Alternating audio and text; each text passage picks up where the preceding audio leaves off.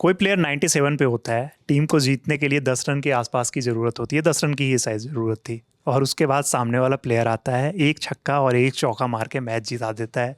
तो ये भले ही टीम जीत रही होगी ना, लेकिन ये गुजरात के फैंस, गुजरात ने इस मैच को जीता है, लेकिन उसके फैंस कहीं ना कहीं निराश होंगे कि जॉस बटलर का शतक राहुल तेवतिया ने पूरा नहीं होने दिया। इस पे बात करने के लिए हमारे साथी सुकांत है। सुकांत, गुजरात टाइटंस मैच जीत गई, टेबल टॉपर भी बन गई, 7 मैच में ये 5वीं जीत है उनकी, लेकिन कहीं ना कहीं आज जो फैंस है वो राहुल तेवतिया पे गुस्सा जरूर हो रहे होंगे। हाँ, गुस्सा इस बात से होंगे, लेकिन वहाँ पे स्टार्क की बॉलिंग की भी मुझे बात करनी होगी। पिछले मैच में आपको याद होगा कि यही स्टार्क थे जिन्होंने मैच पलट दिया था राजस्थान के अगेंस्ट, यही अंतिम ओवर में।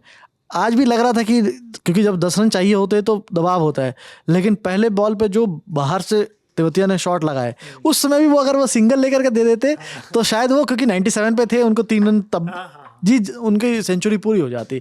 लेकिन वो बॉल ऐसी थी जो मुझे लगता है कि जो बॉल ऐसी थी जिसके कारण से वो कट लग करके पीछे का चौका चला गया। हालांकि अब तेवतिया और जिस तरह से बटलर का रिएक्शन आया, बटलर बहुत खुश थे क्योंकि मैच जीत गए थे वो लोग, 7 में से 5 मैच जीत गए। लेकिन ये तेवतिया वो वाला काम नहीं करते जो हार्दिक पांड्या जिसके लिए बदनाम होते हैं कि आते हैं तो फिर दूसरे की सेंचुरी या कुछ एक माइलस्टोन नहीं होने देते। ऐसा कुछ नहीं था, लेकिन ये लक भी मैं कहूँगा कि थोड़ा सा उनके फेवर में चला गया। और लेकिन जब बात करनी होगी आज के बटलर की बैटिंग की, जिस तरह से उन्होंने आज आकर के बैटिंग की, और ये मुझे लगता है ये फर्स्ट है गुजरात का चेज जो सक्सेसफुली उन्होंने 200 प्लस चेज, ये हाईएस्ट मतलब रन चेज है गुजरात की हिस्ट्री में। 203 रन आज चेज किए हैं, इससे पहले उन्होंने 200 प्लस कभी चेज नहीं किया था। और एक और इंटरेस्टिंग चीज़ है कि लास्ट की जो उनकी 5 हाईएस्ट रन चेज है ना, उसमें 3 में राहुल तेवतिया नॉट आउट रहे हैं। तो ये मतलब बहुत बड़ी बात होती है, क्योंकि राहुल तेवतिया का वो आपको इनिंग याद होगा जब उन्होंने ऐतिहासिक पारी खेली थी। हाँ, तो ये एक चीज़ जो हम लोग लगातार बात कर रहे हैं, पिछली बार वीडियो में हम लोग ये बात कर रहे थे कि राहुल तेवतिया को ना अंडर यूटिलाइज ये टीम कर रही है। कहीं ना कहीं आपको देखने को मिल रहा है कि इस प्लेयर को बहुत ज़्यादा बॉल आप दे नहीं रहे हो खेलने को, ठीक है, वो आप बड़े स्कोर नहीं कर रहे हैं, लेकिन आप इनसे यही एक्सपेक्ट करते हो कि 2-4-5 ओवर अगर मिल रहा है ना, तो ये 5 ओवर में आपको 50-60-70 रन बहुत आराम से बना के दे सकते हैं। आज भी यही दिखाया, लेकिन आज गलत टाइम पे ये कर गए, और बटलर को लेके हमें भी दुख हो रहा है कि यार वो 97 पे थे, रिलैक्स थे कि 10 रन बनाने हैं, मार तो देंगे ही, और फ्लो में लग रहे थे। नहीं, सबसे बड़ी बात यह कि बटलर की अगर आप बात करो ना, तो पिछले सीजन भी याद करो तो आपको विराट कोहली ने सेंचुरी लगाई थी जयपुर में, और उसके बाद बटलर ने आकर के सेंचुरी लगा कर वो मैच जिताया था।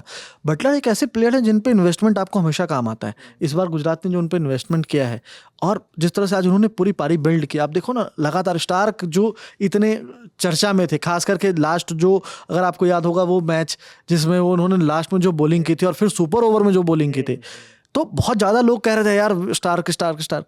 आज भी वो चीज़ें थी, लेकिन लगातार 5 चौके जो उन्होंने मारे हैं स्टार्क के अगेंस्ट एक ओवर में, वो मैच का टर्निंग पॉइंट था, क्योंकि वो उससे मोमेंटम पूरी तरीके से दिल्ली से शिफ्ट हो गया। और मैं एक और बता देता हूँ, आंकड़ों के हिसाब से ये दिल्ली की पहली 200 प्लस रन बनाने के बाद हार है।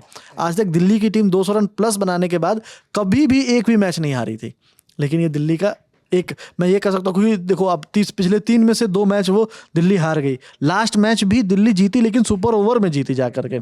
तो थोड़ा सा दिल्ली को अब वापस ये थोड़ा सा देखना पड़ेगा कि गाड़ी थोड़ी सी पटरी से उतर रही है, तो दिल्ली पे भी ये चीज़ का मंथन होना चाहिए कि क्या वो रन कम थे, या क्योंकि जिस तरह से आज देख रहे थे गर्मी थी वहाँ, और जयपुर में बॉलिंग करने में बहुत दिक्कत हो रही थी, खास करके पहले बॉलिंग थी, तो उस समय मतलब गुजरात के बॉलर्स बहुत स्ट्रगल कर रहे थे, और बाद में वो जो बैटिंग करना था वो थोड़ा सा, क्योंकि आप देखो आज बटलर भी अपनी पारी के बीच में लास्ट में आकर के क्रैम्स हो रहे थे उनको, तो वो उनको स्ट्रगल करना पड़ा उस रन को बनाने में। इसलिए जब आप 97 तक बनाते हो तो वो सेंचुरी आपकी बनती है, क्योंकि वो माइलस्टोन फिर वही, मतलब श्रेयस अय्यर के साथ भी यही हुआ, 97 पे रह गए, टीम जीत गई। टीम जीतती है तो खुशी होती है कि हाँ आप जीत गए, लेकिन ये जो माइलस्टोन होता है, क्योंकि T20 एक ऐसा फॉर्मेट है जहाँ पे 100 रन बनाना बहुत बड़ी बात है, बहुत बड़ी बात है। और कहीं ना कहीं कितना भी प्लेयर्स बोल दें, वो प्रेस कॉन्फ्रेंस में आके बोल दें कि, या फिर पोस्ट मैच प्रेजेंटेशन में ये बोल दें कि मैटर नहीं करता है टीम जीतना, लेकिन कहीं ना कहीं वो पर्सनल माइलस्टोन जो है वो इंपॉर्टेंट होता है। टीम की आप बात कर रहे थे, 7 मुकाबले हुए हैं, 3 टीम जो है दिल्ली, पंजाब और गुजरात की टीम टॉप पे पहुंच गई है। दिल्ली और पंजाब, इन्होंने 7 में से 5 मुकाबले जीते हैं और 2-2। अब इनके साथ ये सीन बन रहा है कि अब बाकी के 7 मुकाबले बचे हुए हैं, अगर ये लोग 3 या 4 उसमें से मुकाबले जीत जाते हैं तो बहुत आराम से क्वालिफाई कर लेंगे। ये 3 अभी मतलब फर्स्ट हाफ जो हो गया है आईपीएल का ऑलमोस्ट खत्म, उसमें ये 3 टीम आपको नज़र आ रही है। चौथी टीम अभी आपको कौन सी नज़र आ रही है जो आपको लग रहा है कि बाकी सबको बीट करते हुए क्वालिफायर्स में जाएंगी? ये अभी मतलब अभी के सिनेरियो के अकॉर्डिंग बात कर रहे हैं। देखिए अभी जो, क्योंकि मैं कल भी हम लोग की इस पर बात हो रही थी, तो स्कोर बोर्ड, ये पॉइंट्स टेबल सॉरी, अभी बहुत खुला हुआ है। अभी 7 में से 5 मैचेस जीत लिए हैं, लेकिन यहाँ पे कई मोमेंटम शिफ्ट हुआ है। दिल्ली के लिए ये 7 में से 5 मैच दिख रहा है, लेकिन दिल्ली ने पिछले 3 में से 2 मुकाबले हार गए, है ना। तो वो बहुत बड़ा फर्क पड़ता है कि आप मोमेंटम किस तरफ होते हैं। वहीं पंजाब ने पिछले जो 2 मैच जीते हैं, आपको वो मैच याद करो जिस कंडीशन में आके केकेआर को सबसे लोएस्ट टोटल डिफेंड करके दिखा, तो उससे कॉन्फिडेंस गेन होता है। तो पंजाब ने जो किया है, मुझे लगता है पंजाब के लिए अब अगला मैच उनके अपने घर पे खेलना है, आरसीबी के अगेंस्ट ही खेलना है। तो अब जो मैचेस, आप 7 मैचेस होने वाले हैं, उनमें ये 3 टीम तो हमेशा दावेदार रहेगी, क्योंकि दिल्ली ने भी बहुत अच्छा क्रिकेट खेला है और लगातार अच्छा परफॉर्म किया है। अभी थोड़ा सा इनको थोड़ा देखना होगा कि कैसे वो टीम कॉम्बिनेशन बनाते हैं और टीम कैसे जीतती है, या फिर कैसे वो उस रणनीति को क्या बनाते हैं ये लोग। लेकिन इसके अलावा अगर आप एक टीम की अगर बात करो, तो मुझे लगता है कि अभी ओपन है लखनऊ के लिए भी, क्योंकि लखनऊ ने भी 4 मैचेस जीते हैं। उनका एक अभी राजस्थान से आज मुकाबला है। दूसरी अगर आप बात करो तो अभी भले ही चेन्नई और मुंबई एक ऐसी टीम है जो बहुत ज़्यादा मैचेस नहीं जीते, 2 मैचेस जीते हैं इन्होंने। तीन मुंबई ने 3 जीती है, 2 इन्होंने जीते हैं। हाँ। तो ये ऐसी टीम है ना कि जो मतलब 5-5 बार की चैंपियन, के पास अनुभव बहुत ज़्यादा है। ये लास्ट में टर्न अराउंड के लिए जाने जाते हैं। इन्होंने ये पहले भी किया है, 2010 में चेन्नई, मुंबई तो लगातार करती है, मुंबई लगातार करती आई। तो इन टीमों को आप तब तक खारिज नहीं कर सकते हो ना, जब तक कि इनके पूरे मैचेस खत्म नहीं हो जाए। जब भी चांसेस होंगे तो ये चर्चा होगी कि ये टीम हमेशा ऊपर आ सकती है। तो मुझे लगता है कि अभी भी ये ओपन है और अभी सभी टीम के पास मौका है कि वो अपने गेम में थोड़ा टर्न अराउंड करे। अब राजस्थान को क्योंकि बहुत मेहनत करनी पड़ेगी, क्योंकि राजस्थान ने कई क्लोज मैचेस हारे हैं, मतलब जो उनको जीतना चाहिए था और वो हार गए। मुंबई के साथ भी ऐसा हुआ है कि 12 रन से, और भी छोटे छोटे जो इंपॉर्टेंट मैचेस अब यहाँ से बहुत इंपॉर्टेंट हो जाएगा। तो आपको सभी जो बचे 7 मैचेस हैं उसमें ये देखना होगा कि आप क्लोज मैच नहीं हार सकते। आपको कोशिश करना है कि आप लाइन के उस पार जाओ। मैं वापस से इस मैच पे आते हैं। आखिरी सवाल आपसे है कि दिल्ली की टीम कहीं ना कहीं, मुझे ऐसा लग रहा है पर्सनली, कि 20 रन या 15 रन कम से कम शॉर्ट रह गई।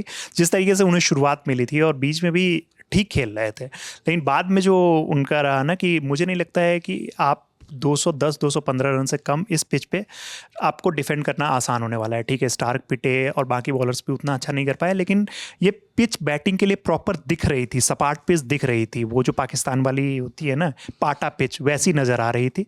तो कहीं ना कहीं दिल्ली की टीम जो है, उनकी बैटिंग जो है ना, वो भी एक कंसर्न रहेगा। बॉलर्स तो उन्होंने किया, ये बॉलर्स ने तो अच्छा प्रदर्शन नहीं किया, लेकिन उनके बैटर्स को भी 10 रन कम से कम बनाने चाहिए। हाँ, ये आपने बिल्कुल सही कहा है कि जो 20 रन, वो क्योंकि आप जब पहले बैटिंग करते हो तो आपको एनालाइज करना पड़ता है कि जो पिच है उस पर बाउंस कैसी है। जैसे आज की अगर पिच की बात करो तो उस पर ट्रू बाउंस था, मतलब जैसा बैट्समैन एक्सपेक्ट करता है बिल्कुल वैसा। नेचुरली बॉल पड़ने के बाद जो है एकदम सही बाउंस पे आ रही थी। बैटिंग करने के लिए बहुत अच्छा कंडीशन था। और इवन आप देखो, आज पहला विकेट भी गिल का उनको मिल गया था टाइमली, लेकिन उसके बाद बटलर और साई सुदर्शन ने गेम चेंज किया वहाँ से।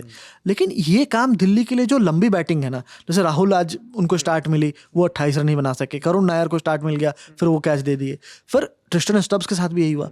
तो अभिषेक पोरेल ने भी बहुत अच्छी शुरुआत ली उसके बाद। तो उनके बैट्समैन के साथ हो क्या रहा है कि पिछले कुछ मैचेस में मुझे जो लगा है कि उनके बैटिंग में वो कोलैप्स दिखा है, जो मिडिल ऑर्डर कोलैप्स होता है या टॉप ऑर्डर जो आकर के जिस तरह से क्लिक कर रही थी शुरू में, वो अभी नहीं दिख रहा है। तो मुझे लगता है इस पर दिल्ली को थोड़ा काम करना चाहिए कि उनके बैट्समैन जो है वो एक लंबी पारी भी खेलें, क्योंकि देखिए ये ऐसा फॉर्मेट है जहाँ पर आकर के आपको, और मुझे लगता है कि थोड़ा राहुल के साथ जो टेस्ट करने का जो उनका है ना, कभी 1 नंबर पे, कभी 2 नंबर पे, आज उनको 3 नंबर पे उतारा है ना, उसको 4 नंबर पे भी उनको उतार देते।